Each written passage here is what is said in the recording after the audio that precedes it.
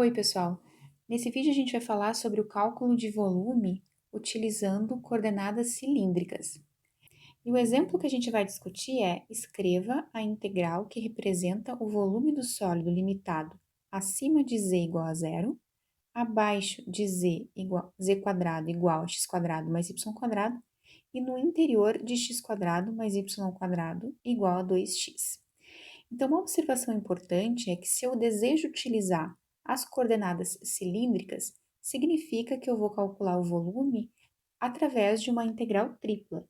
Então, o que eu vou calcular é a integral tripla sobre uma certa região Q, que é o sólido com o qual eu quero calcular o volume, dV. Em coordenadas cilíndricas, esse diferencial de volume dV, ele pode ser escrito da seguinte forma: R dr dθ dz, sendo que esse dr dθ dz aqui é na ordem conveniente, conforme eu for descrever a região Q. Que tem que a gente lembrar que a última integral a ser resolvida é aquela que só pode ter constantes nos extremos de integração. E a região Q, ela vai ter uma variação, então, de R, que eu preciso definir, de θ e de z. Tá? Então, esses valores aqui, quem vai no extremo inferior e no extremo superior de cada integral, é o que a gente tem que escrever primeiro, antes de montar a integral que representa esse volume. Uma coisa importante também que a gente precisa lembrar, em coordenadas cilíndricas, a substituição de variável que a gente faz é a seguinte: aonde tem x é r cosseno θ, y é r seno θ e z é igual a z. Então, é bem parecido com as coordenadas polares, só nas coordenadas polares a gente não tem essa terceira aqui, que é o z, que ele fica igual ao das coordenadas cartesianas. Então, vamos lá. No enunciado diz que o meu sólido está limitado acima de z igual a zero. Então, isso já informa que o meu limite inferior para o z é zero. Zero vai variar de zero, desculpa, z vai variar de zero até algum outro valor. Aqui está dizendo que é abaixo do sólido aqui, z quadrado igual a x quadrado mais y ao quadrado. Esse sólido em coordenadas cilíndricas, como é que fica? Então, aqui a gente tem z ao quadrado igual a x quadrado mais y ao quadrado. X quadrado mais y ao quadrado nas coordenadas cilíndricas, quando a gente troca x por r cosseno θ e y por r seno θ e eleva ao quadrado, isso vai dar r ao quadrado. Então, aqui a gente tem r ao quadrado. Ou seja, z igual a r.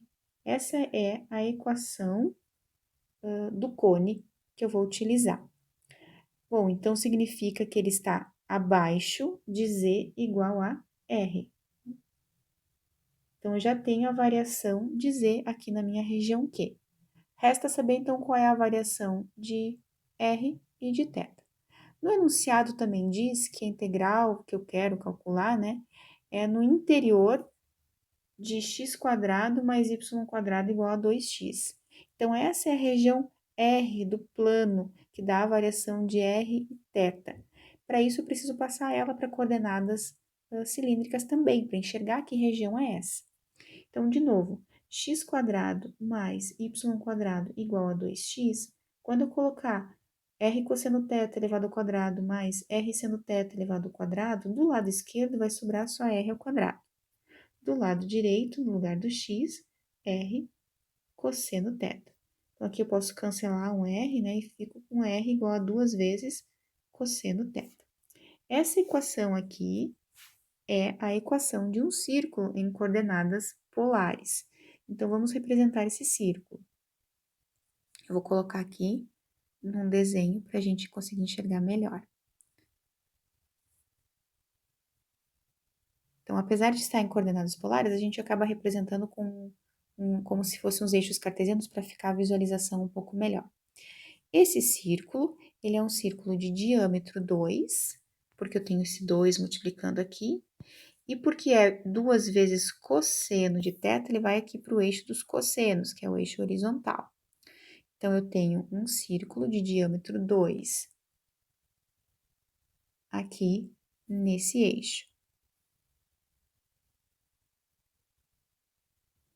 Certo? Então, eu tenho aqui de diâmetro 2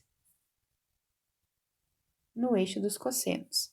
Então, o sólido que eu vou calcular o limite, ele está no interior dessa região aqui, superiormente limitado pelo cone dentro dessa região que estamos indicando aqui no plano. Então, olhando para essa região aqui, eu preciso descrever qual é a variação de R e qual é a variação do ângulo.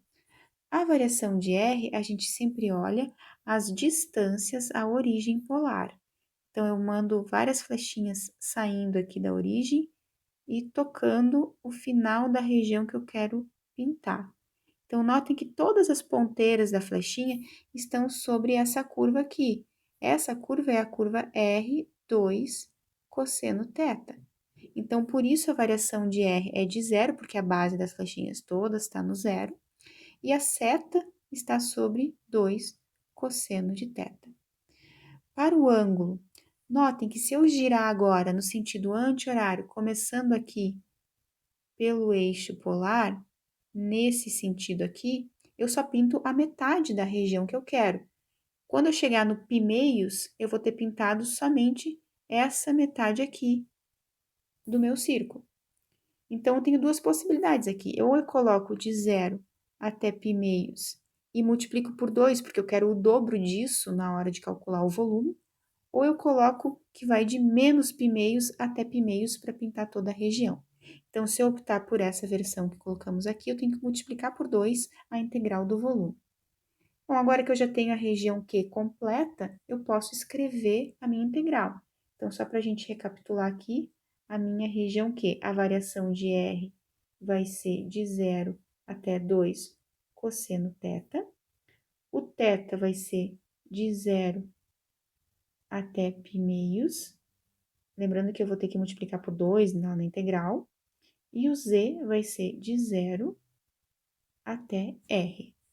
Então, a integral que eu vou calcular, o volume dessa região Q, vai ser integral tripla. A última integral que eu vou calcular é aquela que só tem constantes nos extremos de integração. No nosso caso aqui, é a que envolve θ. Então, vai de 0 até π-meios.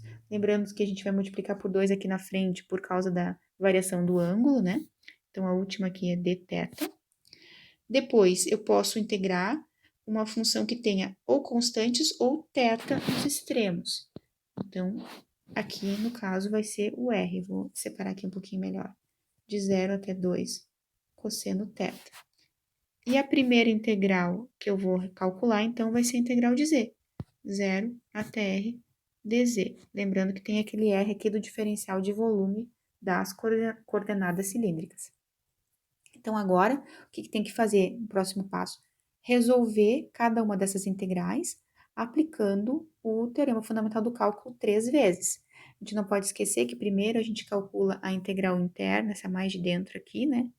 R em relação a z, então, em relação a z, R é constante, vai ficar R vezes z, substitui z igual a R, depois z igual a zero. O resultado integra novamente em relação a R, e depois o resultado novamente integra em relação a θ.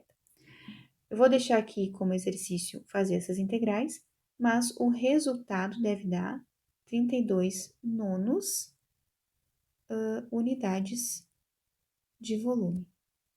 Então é isso, pessoal. Até a próxima.